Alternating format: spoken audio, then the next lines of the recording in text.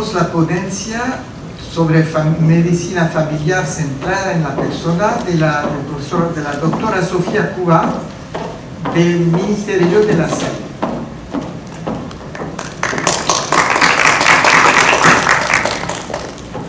Buenas tardes, gracias por la invitación a la Academia Nacional de Medicina. Esta es la segunda jornada en la que participo y sí debo decir que mi filiación es el Ministerio de Salud, pero también la Universidad Peruana Cayetana Heredia, y fue por eso que quizás me invitaron.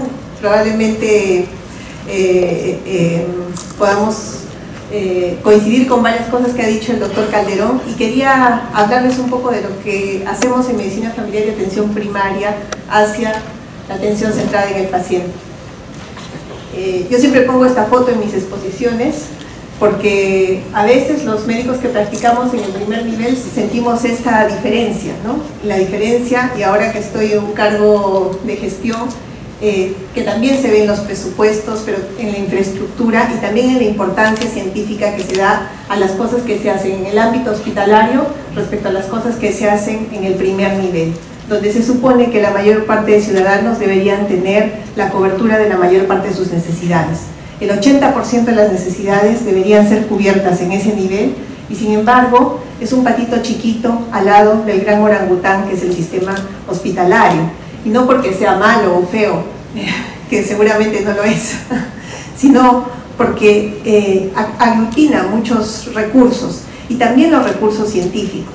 Y creo que también un cambio que tiene que haber para que practiquemos una medicina más humana tiene que ser empezar a mirar a las personas que prestan sus servicios en el primer nivel como esas personas que están en contacto con los otros seres humanos y que por lo tanto también tienen saberes y también producen ciencia y conocimiento relacionado a esos grandes maestros que son los pacientes que ven todos los días. Me dijeron que la doctora García estuvo acá en la mañana abriendo la sesión, y hay unas metas que se han planteado desde la gestión del Ministerio de Salud, y yo quería pensar que tal vez estas metas no son muy diferentes a las que seguro se plantea mucha gente que entra a gobernar o a gestionar. Todos buscamos que haya mejoras para los recursos humanos, revalorización del personal de salud, debe haber una infraestructura adecuada, se debe gestionar eficientemente, pero la diferencia tiene que ser que las personas estén al centro del sistema, ¿no? Desde la gestión uno se da cuenta que los indicadores carecen de eso, ponen en el centro del sistema las actividades, ¿no? ¿Cuántas veces voy a ir a hablarle a un directivo de un colegio, por ejemplo, para las actividades de promoción de salud en la que estoy, y no qué resultados voy a encontrar en esas personas, ¿no? Entonces creo que la diferencia también tiene que darse en que todas las acciones que hagamos desde el sistema sanitario tienen que estar pensadas en la persona, porque las personas tienen características que están cambiando. Tenemos un país que tiene indicadores relacionados a pobreza, a falta de recursos, a inequidad, y también los indicadores que cada día nos abruman más relacionados a las enfermedades crónicas, a la enfermedad renal, a la diabetes, etc. ¿Y por qué es importante centrarnos en las personas? También cuando gestionamos y también si pensamos en el sistema sanitario. Porque si no nos centramos en las personas, solo vemos cifras, ¿no? Y empezamos a ver que las emergencias no dan más y que entonces tenemos que hacer algo por eso, pero no pensamos que la solución necesariamente está en mirar qué necesidad tiene esa persona por la cual va y repleta la emergencia. Y se nos ocurren las ideas seguramente muy brillantes en algunos momentos de construir más emergencias o construir más hospitales para suplir esas necesidades. Y es cierto, nuestro país tiene una carencia de infraestructura sanitaria grande que debe ser cubierta. Y es cierto también que nuestros servicios de salud, también los servicios hospitalarios, están precarizados. Pero es importante empezar a dejar de pensar solo en eso, porque no va a haber emergencias ni hospitales que alcancen si no nos centramos en las personas. Y si no nos centramos en esas personas que atienden a las personas, como es el logo del Ministerio de Salud, lo que está en el edificio grande de Salaberry. Y a veces las personas que atendemos a las personas, sobre todo las que estamos en el primer nivel, nos sentimos un poco como este portero, ¿no? Este portero que a veces, por la precariedad del sistema, tiene que hacer solo pasar a las personas al siguiente nivel y no dejarlas, y no atenderlas en sus necesidades. Y creo que eso tiene que cambiar, porque el que da la cara al sistema tiene que estar provisto de los mejores recursos de conocimiento y también los mejores recursos para poder resolver las necesidades de esas personas. A veces también nos sentimos esa policía de tránsito, que el sistema ordena una cosa, el semáforo dice pase en verde, pero la policía de tránsito detiene los autos, ¿no? Y claro, a los conductores nos da cólera porque parece que el semáforo funcionara mejor, pero lo hacen desde una lógica, la lógica de que de repente muchas veces el sistema no se da cuenta de las pequeñas cosas que pasan y que es esa persona la que puede ver cómo mejorar en ese momento ese problema de tráfico que hay.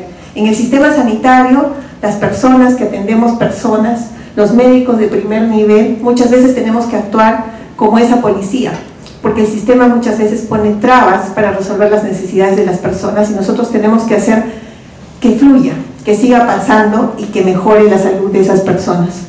A veces también nos sentimos como el arquero, que solo está ahí para frenar cosas que no pasen al sistema hospitalario. Y creo que tampoco es nuestra labor necesariamente, algunas veces sí, ¿no? Lo que tendríamos que hacer es resolver adecuadamente los problemas de esas personas para que solo pase lo que tiene que pasar al sistema hospitalario.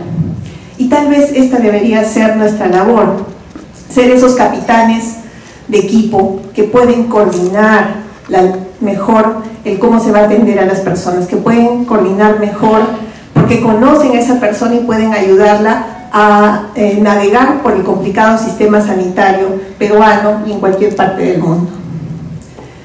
Pero finalmente, a veces también, y creo que también los médicos del nivel hospitalario, sienten que todas esas cosas que hacen los recargan, ¿no? Y se sienten el Atlas que está cargando el mundo, ¿no? Porque llegan un montón de tareas de todos los demás para terminar en ese médico que presta labores. Y les hablo del primer nivel porque seguramente que los médicos del primer nivel tienen una carga de consulta ambulatoria, pero también tienen una carga de actividades de promoción, de prevención, de actividades en la comunidad que tienen que cumplir en los mismos tiempos y que son indicadores por los cuales son medidos.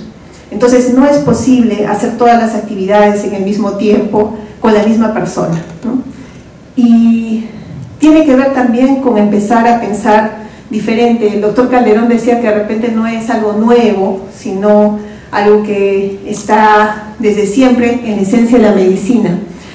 Y yo me identifico de repente con pensar que aunque no sea algo nuevo, sí puede ser revolucionario empezar a pensar que tenemos que hacer las cosas diferentes y mirar la medicina diferente.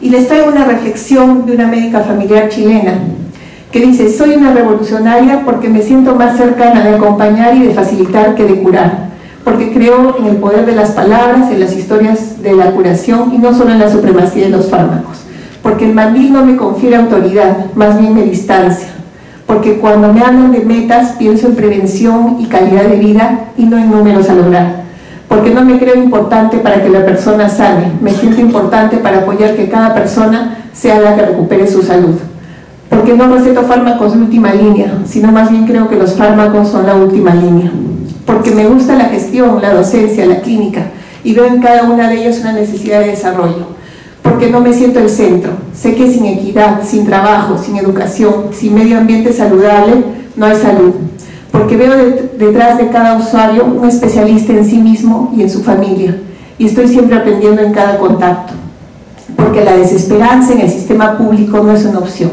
y el trabajo porque se generen mejores condiciones sí. Y creo que sí, que a veces todos sentimos que somos ese Atlas que tiene que cargar el mundo, sobre todo si trabajamos en el sistema público, y tenemos que empezar a trabajar en que haya mejores condiciones para ser esos profesionales que puedan atender mejor las necesidades de las personas. ¿Por qué en atención primaria? Porque como sabemos da mejores resultados de salud, porque disminuye los costos y porque da mayor equidad, y porque va a permitir que el paciente correcto esté con el médico correcto o con el equipo correcto. Porque la atención primaria no es solo un nombre bonito, sino también tiene atributos o características que hacen que el sistema funcione. Una atención primaria fuerte en el centro del sistema es la que produce accesibilidad, es la que hace que haya un primer contacto con ese profesional que se va a hacer cargo de las personas a lo largo del tiempo. Es la que genera responsabilidad entre los proveedores, los médicos, los otros clínicos que puedan estar y las personas. Es la que da integralidad, aborda las necesidades de acuerdo a los problemas que tiene el paciente y no solo lo ve como acciones a realizar en cada persona, sino que intenta resolver las necesidades con el paciente. Y es la que genera coordinación, la que efectivamente no puede resolver todos los problemas, pero que genera esa relación con los otros niveles para que se puedan resolver en conjunto los problemas de esa persona. En la atención primaria y en la formación de los médicos familiares aplicamos atención centrada en el paciente, porque tenemos que lograr que los futuros especialistas en medicina familiar aprendan a leer la música de los pacientes de forma diferente. En la escuela de medicina, en las facultades de medicina, muchas veces nos enseñan a categorizar, que puede ser importante en algún momento, pero es mucho más importante aprender a leer toda la partitura. Si solo nos quedamos con la categoría, es algo que no nos va a ayudar tanto para poder abordar a esas personas que tenemos al frente. Y por lo tanto, la dolencia puede ser diferente de la enfermedad. El método clínico centrado en el paciente, estudiado en Canadá por Moira Stewart y Judith Bell Brown, tiene estos componentes porque está centrado como método clínico. Se entrena a los estudiantes de medicina y a los residentes en explorar no solo la enfermedad, deben ser expertos en aprender a manejar para la medicina familiar los problemas frecuentes, pero también explorar la dolencia, es decir, los sentimientos, las ideas, las expectativas, la alteración de función que puede producir esa enfermedad en las personas. O puede ser que la persona tenga esos sentimientos, ideas y alteración de las expectativas sin que haya enfermedad, simplemente por un síntoma o una alteración de la función. Y tiene que aprender a explorar la salud, que no tiene que ver solo con el equilibrio biopsicosocial, sino también con los significados y aspiraciones que puede tener esa dolencia o esa enfermedad de la persona. Es importante evaluar el contexto. El contexto no se puede evaluar en una sola consulta. Tenemos que aprender de repetidas consultas con los pacientes y por eso está relacionado a desarrollar una relación. Tiene un efecto terapéutico fuerte el que haya una continuidad, pero no solo una continuidad, sino una longitudinalidad, que quiere decir que yo me hago responsable de los problemas que pueda tener ese paciente y desarrollo un vínculo. Y también es muy importante empezar a elaborar proyectos comunes, no solo diagnosticar y tratar, sino también con la persona que tenemos al frente definir los problemas que se van a abordar, los objetivos que vamos a tener para el manejo de esos problemas y definir el rol. Efectivamente, no hay un rol mejor que el otro, ¿no? Algunos pacientes requieren, solicitan ese rol paternalista en algunos momentos y otros pacientes quieren un rol más igualitario y otros quieren ser los que tomen las riendas de cómo van a hacer la conducción de los problemas de salud. En general, explorar estos 4 componentes, la enfermedad, la dolencia, la salud, empezar a entender a las personas como un todo, con el contexto proximal que puede ser su familia, con el contexto distal que puede ser las circunstancias que hay alrededor, la comunidad, los recursos con los que cuenta esa comunidad, empezar a buscar ese campo común, definir problemas en conjunto, establecer objetivos y definir los roles, y construir esta relación terapéutica que tiene que ver mucho con aprender a escuchar, a aprender a centrarse en la persona que tenemos al frente, que no solo va con el oído, sino también va con mirar a esa persona, con estar ahí para ella, ¿no? Y por eso que esta letra china que utilizan para escuchar resume todo eso, ¿no? No solo es el oído, sino también los ojos y también el corazón. Y creo que también para aplicar atención centrada en el paciente y sobre todo si tenemos vocación de trabajar con la gente más vulnerable, con la gente que está de repente más necesitada de ese vínculo, aunque creo que todos deberían tener ese vínculo con un prestador, debemos también volver a nuestros valores. y hay muchos valores de los cuales podríamos hablar, pero creo que para la práctica de la medicina familiar estos son los tres que podrían ser más importantes: la ciencia, la conciencia y el coraje. La ciencia, porque cada vez salen más guías de práctica clínica y tenemos que saber que la medicina basada en evidencias no es lo único que nos va a dar los resultados que deseamos, pero también tenemos que tener un conocimiento científico que nos permita tomar decisiones. La labor que hace el médico también es de sanador, pero no se puede ser sanador solo preocupándose de los pacientes. Hay que también tener el conocimiento para poder responder a sus necesidades.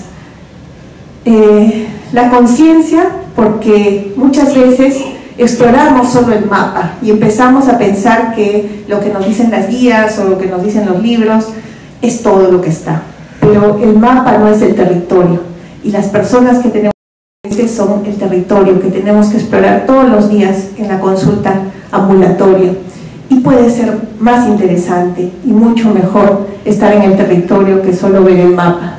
Finalmente, el coraje, porque cuando nos enfrentamos al sistema de salud y a los pacientes hay que tener coraje. No sé si en los otros países, pero en Perú sí, hay que tener coraje.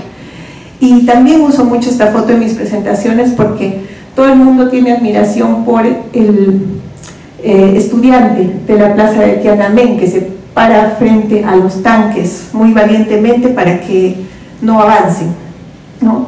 Y cuando nos ponemos a pensar que ese estudiante tuvo que enfrentar su miedo para pararse ahí, creo que a todos nos puede significar algo, pero también es importante empezar a pensar en la persona que estaba en el tanque, en la persona que tenía la indicación de seguir y no siguió, porque dobló. Es el otro ser humano que estaba mirando a ese ser humano y se resistió al sistema y decidió actuar con coraje y con conciencia frente a lo que tenía por hacer. Entonces, la atención central del paciente requiere actuar con eso, conciencia, con coraje. Requiere que pensemos a revolucionar, no porque estemos inventando algo nuevo, sino porque a veces hacer lo correcto en este mundo puede ser un acto revolucionario. Y desde la medicina familiar buscamos eso, que cada vez más personas en el Perú tengan un médico de cabecera que esté entrenado en responder a la mayor parte de sus necesidades, y que cada vez el sistema esté más orientado a una atención primaria fuerte. La revolución no siempre es un acto de guerra, la revolución muchas veces está hecha de esperanza, y la medicina familiar trae eso. Muchas gracias.